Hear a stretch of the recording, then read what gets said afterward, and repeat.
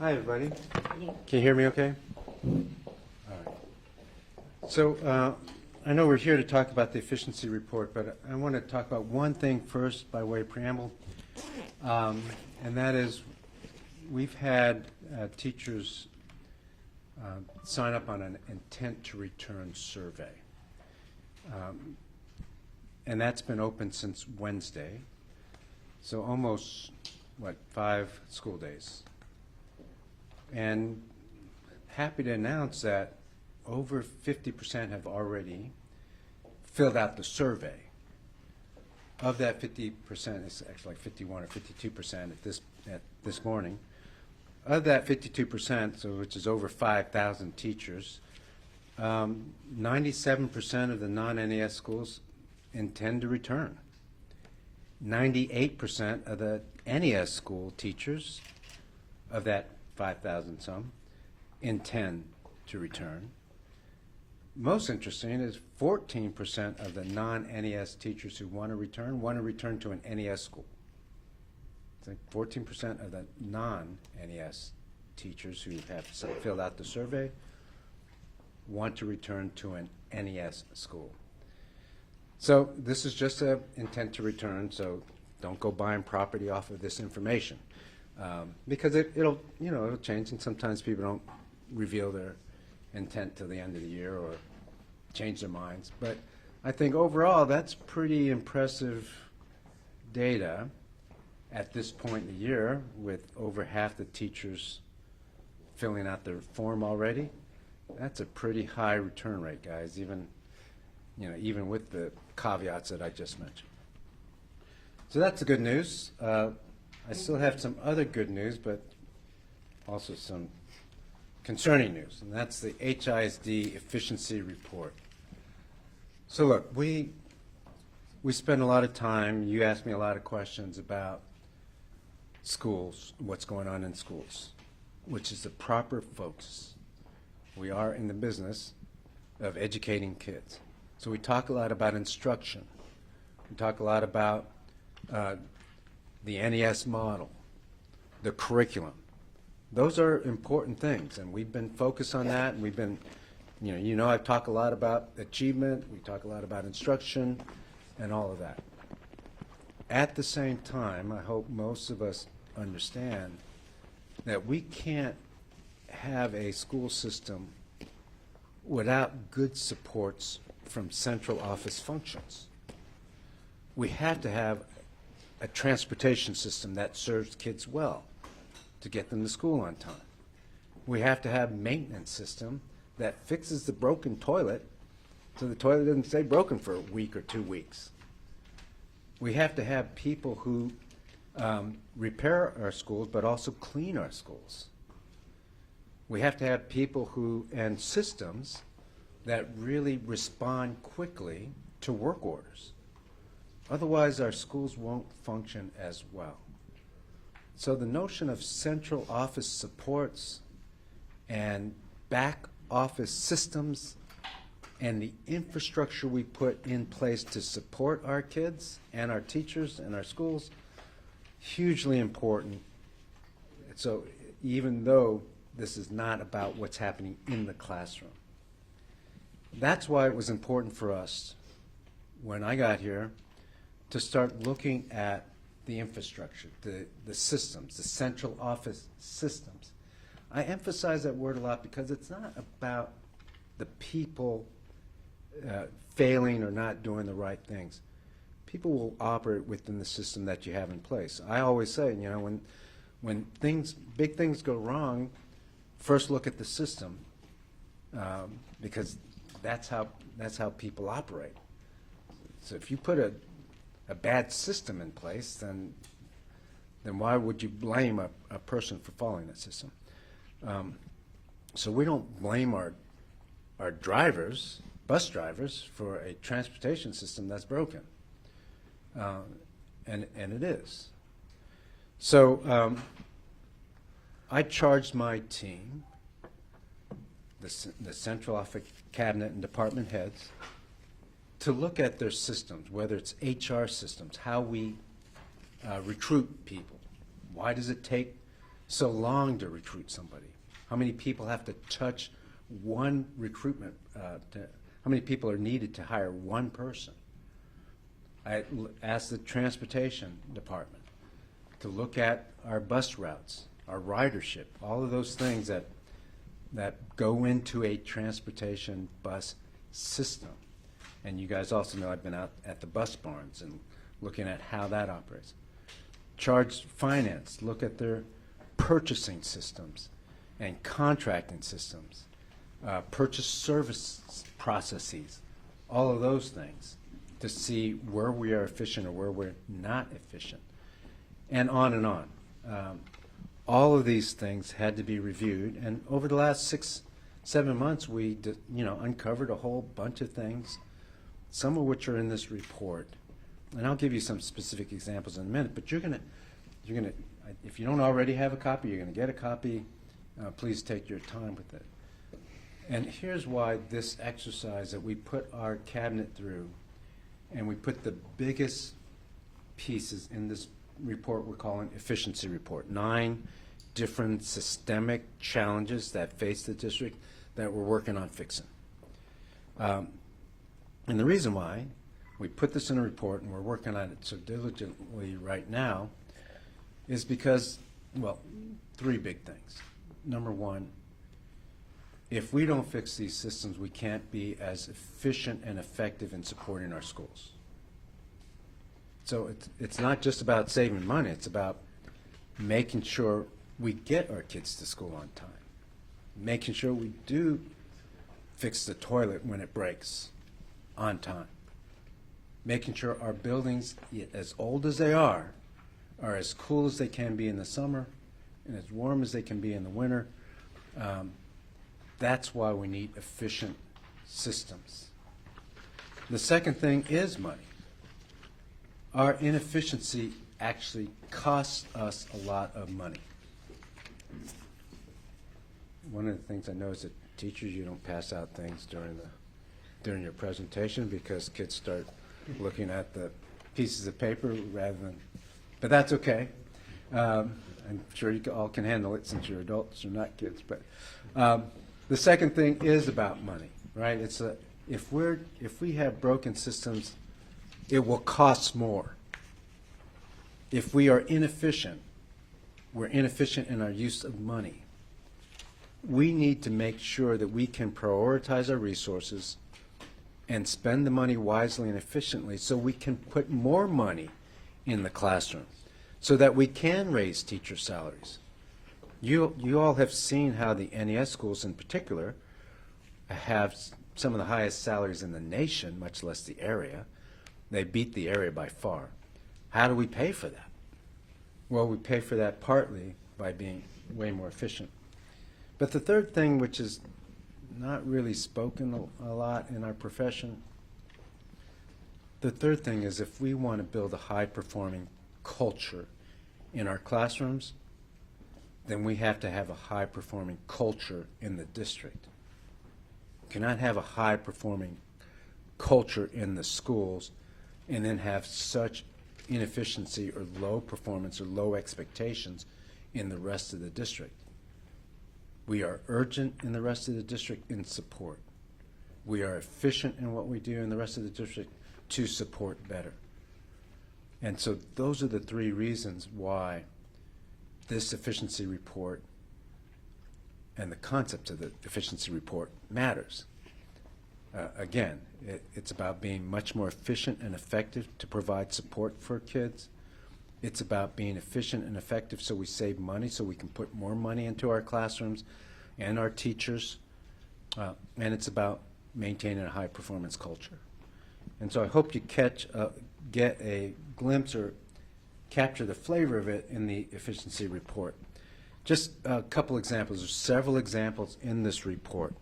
And we did try to stay higher level. I mean, there's 100 challenges, specific incidences, but that's not what this is about. And this is not about any one school, any one driver, any one department. It's about how we operate as a system. But let me give you some specifics that are in the report. You're going to read that we bought buses we didn't need. We spent ESSER money. How many buses? 175 buses at about $20 million a year ago, as recently as that. That's a lot of money spent when we could use that money in other areas. That's one thing in the report you're going to find out. But the real question is, how was that process? What was the system to look at the buses you need, what you didn't need, why you would purchase it, what was the mileage and usage already, why did that escape notice to where we, HISD, bought those buses? We spent $26 million in overtime last year. $26 million overtime. And we say we don't have enough money for teachers or to raise salaries. Is that the right amount of overtime? I can tell you it's not, but that's a question that needs to be answered, right? Your system either allows for that much overtime or it doesn't, and we need to fix that system on how we monitor overtime, what we say qualifies for overtime, and how we hold people accountable for their regular jobs versus overtime hours. Another thing that's in the report is the financials. We got $1.2 billion over 3.5 years in this district. What is the return on that investment?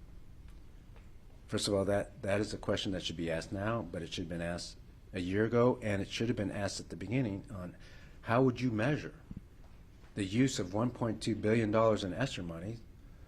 What are you going to get for your buck? What bang will you get for your buck? That's a systems problem. That's not a person problem. That's not a individual problem. That is a system that is not geared towards looking at metrics and assigning goals that are SMART goals, achievement goals, or outcomes for the use of funds. We spent $139 million of that $1.2 billion on recurring salaries, on salaries that are recurrent, on people paid by money that is now stopped. ESSER ends this summer. So now we're kind of in a position where we have to do something about that problem. You will recall, for example, in May of last year, in May, the district had a presentation by the last administration that we're going to reach a fiscal cliff in the end of the 24-25 school year. Remember that presentation? The chart is in your pamphlet or in your report. That's not a chart I created. That's a chart the last administration created. Fiscal cliff by the end of next year. What did that mean? What did that mean? It meant that we would reach under $500 million fund balance at the end of the 24-25 school year, or sometime during the 26-27 school year, if nothing changed. But no plan to fix anything. Instead, the district put $139 million in recurring expenses, did a 9% salary increase 2 years ago, also increased stipends like crazy over the last couple of years. So we just went on a spending spree and had no plan to, do something about that once ESSER money finished. A plan that should have been written 3.5 years ago, by the way, not in May. Now we're going to have to deal with that, but my point is that's a broken system when you have a financial system that doesn't look at goals and outcomes and ties money to the actions. That's a systemic problem. Again, trying not to blame any one person, any one department. That's a systems problem. By the way, most districts have that problem. You will not see that here. When the budget comes out, you will see the action plans that the district have, the key goals that are all measurable, tied to budget and money. We're going to fix this. Next year's budget will be over $850 million fund balance, regardless of the challenges they left us with their own fiscal cliff. We're going to avoid the fiscal cliff, and we're going to do it right away. And you'll see that when we present to you the budget in May. It'll be approved in June. That's it. That's I mean, those are just some of the examples from the report. You'll see other things. You'll notice, too, that it focuses on systems, not actually examples, but systems. Who's got the first question? Before that, our chief of communication wants to. Superintendent, I was just going to clarify, just in case anyone is unfamiliar, ESSER is the federal COVID relief aid. Yeah, sorry. So ESSER monies is the money that the district got, and everybody else did too, on to regain learning loss from COVID. What was the first question, Margaret? Is there any consideration with all this added emphasis on responsiveness and things like that for raising the pay of any of these much valued support people? Yes.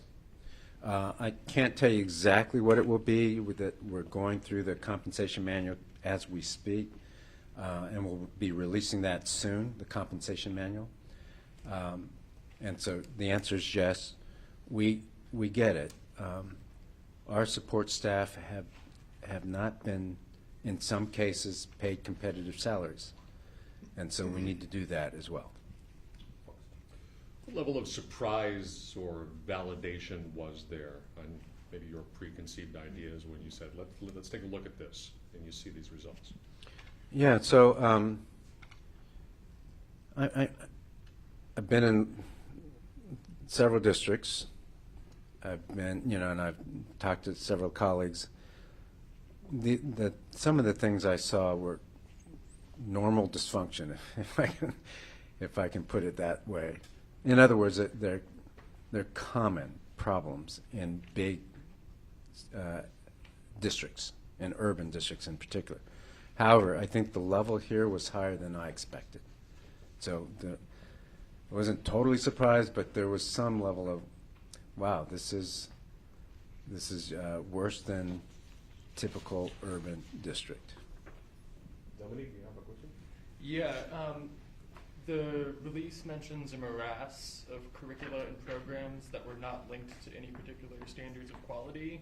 I see some references to CTE and some references to high quality instruction, but I was wondering if you could give specifics about that curricula and programs, because I know some parents are going to see that and wonder, like, what about the magnet program at my school? Yes, so I don't want to talk about any one, vendor or textbook or resource, because that's not what this is about. But I can tell you this: there were well over 30 different curricula in reading in this district last summer, and I can tell you that some of them are not tied to science of reading research. So that shows you just how the system of how we provide high quality instructional materials was really not in place. To be fair to the district, and I think it's in the report, the district started to address it. You will recall that the district in 22-23 school year had a pilot program using Amplify products, and in a handful of schools, Carnegie and Eureka curriculum for math. So there was already a knowledge that we can't have this many different curricula and do right by kids with regard to high quality instructional materials. Asher? Yeah, so for next year, is there, and I haven't read the report yet, but is there a ballpark estimate of how much these efficiencies will save? Yeah, it's really hard to say it just like that, because there's savings in other areas too. But in the end of the day, you can look at it this way, I think. There was a prediction of fiscal cliff if nothing was done. We're going to end up next year's fund balance at $850 million, probably this year at $870 million. In order to increase the salaries at the NES schools, then we have to find efficiencies in the rest of the system. So you can kind of look at it that way. The increase will be offset by efficiencies. Right, I guess I just think like probably anyone trying to get their head around like the scale of this would probably be looking for generally about how much in dollars this is saving. Like, is there any sort of like, are we talking tens of millions, hundreds of millions? Where does this land? Yeah, it's a difficult question to answer because no matter what answer I give right now, it really depends on how you add up the savings. Some things are not a savings. Some things are going to cost more. I'll give you an example, right? I can't answer your question. I can tell you this. We're not going to reach a fiscal cliff because of the efficiencies we're going to save. I can also tell you we're adding 45 NES schools, higher salaries, right, in those 45 schools without lowering the fund balance below 850. When the other administration was projecting, reaching somewhere around $500 million fund balance by the end of next year. So we're going to be able to pay for that. In other words, we have to have efficiencies to do that. Sorry, one last Follow-up. follow-up. Like, I guess one way of asking it then would be, do the efficiencies outlined in this report fully offset the spending in order to reach that balanced budget, or are there other cuts to come? So that's a good question. Here's the answer to that question. I want to make sure that I don't give the wrong impression. These are system changes. They cannot be solved overnight, and they won't all be solved this year. Yes, we're going to do a lot to address many of the things that are in this report, but these are system problems that developed over many years, if not a decade. And so, or in some cases, probably more than a decade. They have to do not with just inefficiencies, but decisions that were made many years ago. I just give you one example so you can hopefully follow me, and it's not in the report. You want a more efficient transportation service? Then you have to locate your bus barns in the best place possible for efficiency. If you were starting from scratch, would you put 2 bus barns on the very edge of the district?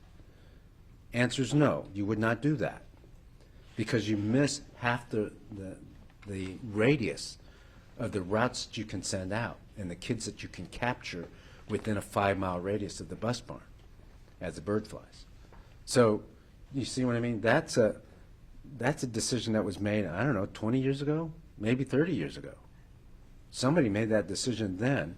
We're living with the consequences now. The problem would be not to do anything about that and just say, well, we got to live with it because the bus barns are where the bus barns are. So does that save any money? Probably not, but it's going to be efficient, and I can't change it overnight. I have 2 questions. The first being, will any of these changes have any effect on how campus-level budgets are determined for the next school year? Yeah, thanks for asking. That's not in the efficiency report. So in that sense, no. But there will be impacts on schools that are in a positive way. For example, one of the things we're going to do systemically is push supports to the schools.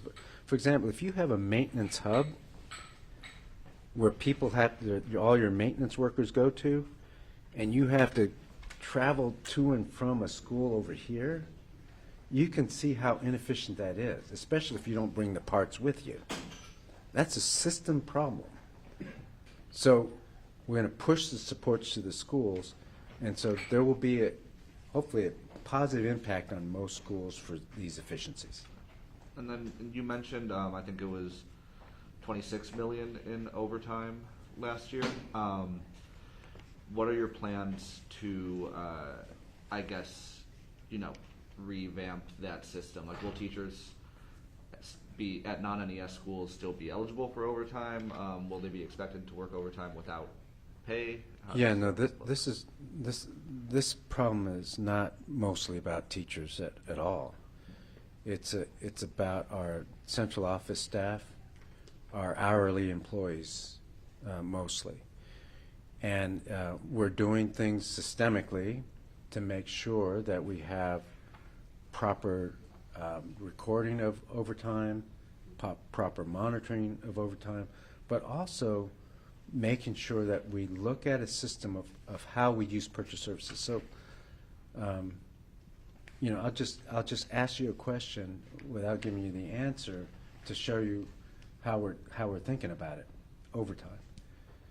We have grounds maintenance folks doing a good job, but working in the system we have.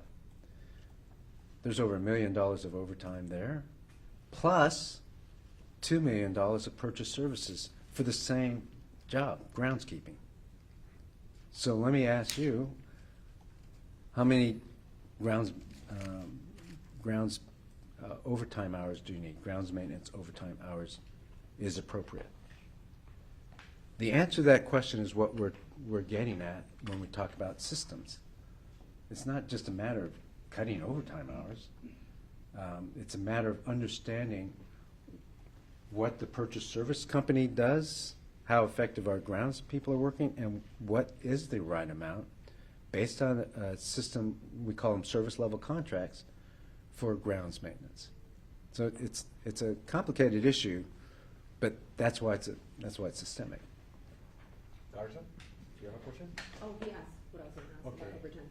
Then you have a follow-up question, right? Yeah, so turning back to kind of the first effort to address inefficiency in central office, in July you said there would be 2,300 cuts. The district recently acknowledged that it's been 1,900 so far. So I was just hoping you could speak to why there's that 400-person gap. Yeah, I don't know the numbers you're talking about. I know this. It's very complicated when you have 27,000 people. We cut central office staff quite a bit last year. I think by 2,000. Some of those were vacancies. We said it at the time. And some of those are positions. But you also have to understand that there's a process of transferring. We were creating departments. And so that's a lot of people. The bottom line is this, though. We decreased the size of central office to be more efficient, and that's just the first wave, and that's what we did back in the summer before we even had a real look at systems. So we're going to continue to do that. It's a complicated process. One of the reasons why the numbers are so hard to decipher, especially from the outside, Dominique. Well, I mean, Yeah. just Let me finish the thought. One of the reasons why the numbers of employees are hard to decipher is the systems. For example, in June, we discovered 990 people on our rolls that no longer worked here. I think that's in the report. And only a handful were getting paid, which is another problem, but it's 27,000. I'm thankful that only a handful of the 990 people who no longer work in the district, who were on our records of working in the district, that's a systems problem, guys. Again, that's not a person problem. And so, did you count the 990? Did we count the 990? Should we count the 990? So we are cleaning that process up. You no longer have people who retired, resigned, left long ago. Some of those people were on the rolls for 5 years. What kind of system is that keeps people on the rolls for 5 years and can't discover that the person that left 5 years ago is no longer here? That's a systems problem. That's also why it's very complicated to understand in a district that is dysfunctional how many people are actually showing up at this department on any given day. So just to quickly follow up, I understand that it can be hard to decipher, which is why when I got the records I asked the press office And in July, you said there would be 2,300 positions cut. After I presented the records, it was acknowledged that y'all have cut 1,900 so far. So I'm just wondering, with that 400 position gap, if you have any reasons why those cuts weren't made. And I don't know, Dominique. You're trying to learn the HR job from the outside, and it is very complicated. And I don't have time to This teach is you about the whether HR job. cuts happened or didn't happen. Yeah, and I'm telling you, it's a difficult process. It's not an easy thing like that. You can't just say, are you going to cut overtime hours? Are you going to cut positions? The bottom line is we're going to be more efficient. We're going to save dollars. What does it matter whether it's 2,000, 2,100? I will get the mission accomplished by cutting the people that we need to cut that are not as where the department doesn't need as many people. That's what we're going to do. We're going to find those efficiencies. Go ahead. KTR. Oh, ABC, sorry. That's okay. I'm new. Okay, I'm just kidding. If you could, please, you said that department heads have been looking at this for 6 or 7 months.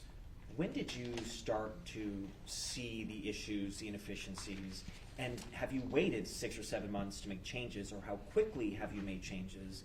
And for some of these issues, like you mentioned, the millions of dollars of buses that weren't needed to be spent, is there still a way to recoup some money, sell those buses, so that we can still get some of this money back? Those of you who were here last summer were quick to remind me of the problems that that if I hadn't noticed, you guys noticed. There were lots of problems right off the bat. I mean, it's hard to miss challenges we had, for example, in HR with recruitment last summer, or how we paid people, some of our purchase services. Those were noticed right away. And did we start addressing them right away, which is your question? Yes. But look, let's take transportation. Buses are already running for summer school. The bus hubs are where they are. School was starting in August. There's very little that we could do to change the bus system coming in June. I was just getting familiar with where the bus barns are. So did we try to do what we could do as far as making sure that we had enough drivers? Yeah. To making sure that we emphasize calling in when you get to the school. We made little adjustments like this, because before they didn't call back when they actually left the school after a drop-off, and we did that. So the answer is yes, we did as much as we could, and we're doing that all the time. Some of these things you're going to read, we're doing. Give you an example, service level agreements. Service level agreements is where you identify how long it takes to do a certain task, whether it's mow an acre of ground, change a part in a toilet, et cetera, et cetera. We're already well on our way to having service level agreements. We didn't when I got here. And what's the total dollar amount of wasteful spending that you found?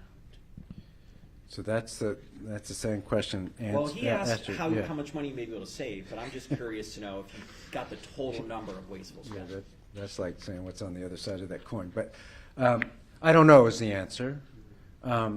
It's not all about savings, guys. There's 3 things, right? One is about efficiency. We're not going to save probably a dime on fixing that toilet faster, right? We might, but it's hard to say. If we get that school's toilet fixed, that may be because we have a more efficient use of the workers that we have, and we may not save as much money on transportation as I would like. So it's about both efficiency and savings. So we will save enough money to pay for the reforms that we need to put in place. What, quick question, sorry. What motivated the report? What made you guys realize, let's start looking at these things? I know there's not a total number of wasteful spending, but what made you realize there's a significant amount enough to release a report and start working on this? Yeah, I think both my team, the community that's interested at this level of items that we have to report, not just about the classroom. I think it's important for everybody to understand, my team included, just the extent of the systemic change that we have to undergo. So they understand that we looking at the problems that are systemic, and we're going to address them over the long haul. We don't have much time, and we have one more question with NTD. They are waiting for. How about these three people here? Yeah. So I asked this question for children. I saw a book in a public library in California. The book encouraged a boy think himself as a girl. So I got very shocked. So may I know, is there the problem? Because you mentioned the high quality instruction book in our HISD, and do you find the problem too in this community? No, I haven't encountered that problem in this community. When we talk about high quality instructional materials, really we're mostly talking about curriculum. That's a term of art in the profession, and it's about math books, language arts books, science books, and things like that. But the answer is no. I haven't encountered that issue so far in HISD. Can I ask Asher? just one more? Yeah, because about 5 years ago, there was a legislative budget board report on inefficiencies in HISD. This isn't the first time that folks have looked at that, so I'm just curious why, like after that was already kind of looked at, and I know the school board took some steps to try to resolve it, like why this now? Yeah, so the Legislative Budget Bureau report that came out, I think, in 2020 or 2019, does mention several of the things. Ours looks more closely at the systems behind it and also what to do about it. So what you'll see in our report is why it matters and what we're going to do about it. Whereas while the LBB report has some recommendations, several years have passed since then. We're closer to the problem, and the suggestions that we have to fix things are more systemic. Right, because theirs, I think, was like $250 million in 5 years, which wouldn't match up to the cost of the reforms. That's right. Mr. President, we're gonna get one more question. Okay. Final. HISD has had a rather storied history of corruption involving how it deals with its contracts, some of staffers, things like that. Did you find any of that when you were doing these systems checks? And if not, will this system do anything to sort of try to stop this from happening in the future? Because you have years of history here at HISD with very inventive minds. So we didn't find any overt corruption. Okay, so I'm glad you asked the question, because this is not about that. This is not like an audit or investigation of wrongdoing. That's not it at all. It's about how effective we can work to serve the kids. I started by saying, and I'll end with saying, look, this is, in the end of the day, the mission is about the kids, right? In the end of the day, I have a pretty clear charge. Raise the achievement, close the achievement gap, and prepare kids for the year 2035. That's pretty specific. We also have the special ed charge, right? And then the governance charges for the board to work on. So that's pretty clear. But the whole point of this is, if we don't work on this, we can't do this as well. We can't accomplish our goal as well. So the answer is no, not criminal.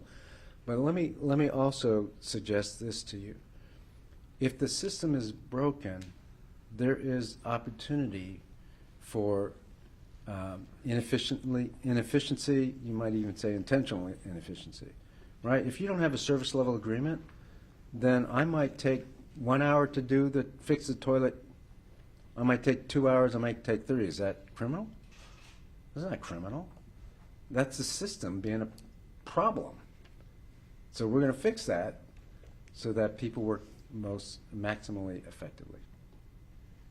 Thank you. I'll move in here.